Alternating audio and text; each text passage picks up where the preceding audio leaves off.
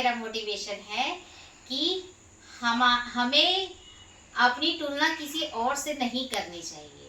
भगवान ये 5 उँगली है, 5 उँगली बराबर नहीं है ना।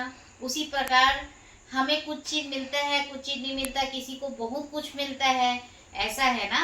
तो ये एक उदाहरण के माध्यम से आपको ये कहानी बता रही हूँ कि जो कहानी सत्य घटना पर आधारित है और मेरे सामने की घटना है ये, है ना। एक सर है और वो थोड़ा-सा फाइनेंशियल प्रॉब्लम उसके घर में चल रहा था और वो जब छोटे थे 8 क्लास में थे, 8 क्लास में, तो उसके मम्मी-पापा ने शायद बोल दिया उसको कि हम नहीं पढ़ा सकते।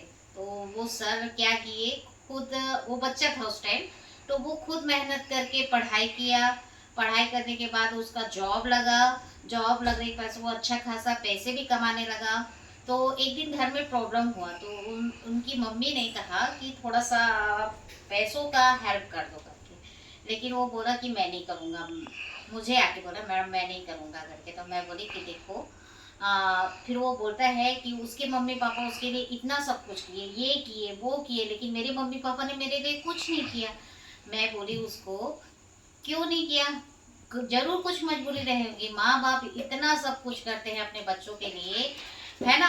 तुमको पैदा किया, फिर 8 क्लास तक पढ़ाया, कुछ ज़रूरी एकदम ही जो वो नहीं कर पा रहे थे तभी तुमको बोला ना।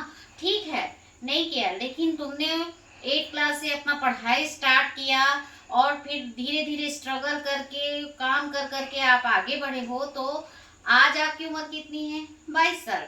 लेकिन आज आप अपने पैरों पे तो खड़े हो ना, पैसे कमा रहे हो ना। अगर वो आपके लिए कर देते तो उसमें पॉजिटिव सोचो। अगर वो आपको पढ़ा देते, सब कुछ कर देते, आज आप पैसा नहीं कमाते। मैं ऐसे बहुत सारे बच्चों को देखी हूँ जो 20 25 30 साल के हो गए हैं लेकिन 1 रुपया नहीं कमाते। लेकिन आज के डेट में आप 15,000 20,000 रुपए कमा रहे हो, तो इससे बढ़ के क्या है। वो बोल रहा था कि मैं अलग रहूंगा। मैं उसको बोली कि अलग रहोगे तो खुद को खाना बनाना पड़ेगा, खुद को सामान लाना पड़ेगा। आपका 10,000 में भी आपका घर का खर्चा नहीं चलेगा। इसलिए मम्मी पापा अगर हेल्प मांग रहे हैं तो उनका जरूर हेल्प करो, क्योंकि वो आपके भलाई के लिए ही सोचते हैं। अगर आप उनसे अलग रहोगे और बोलोगे कि मेरे मम्मी पापा ने मेरे लिए कुछ नहीं किया, उन्होंने बहुत कुछ किया तभी आप आज अपने पैरों पे खड़े हो, है ना। तो इसलिए अपनी तुलना किसी और से नहीं करना है। भगवान ने जैसा हमको बनाया है, जैसे हमारे मम्मी पापा ने परवरिश किया है, वो सबसे बेस्ट है। समझ में आया? Okay bye.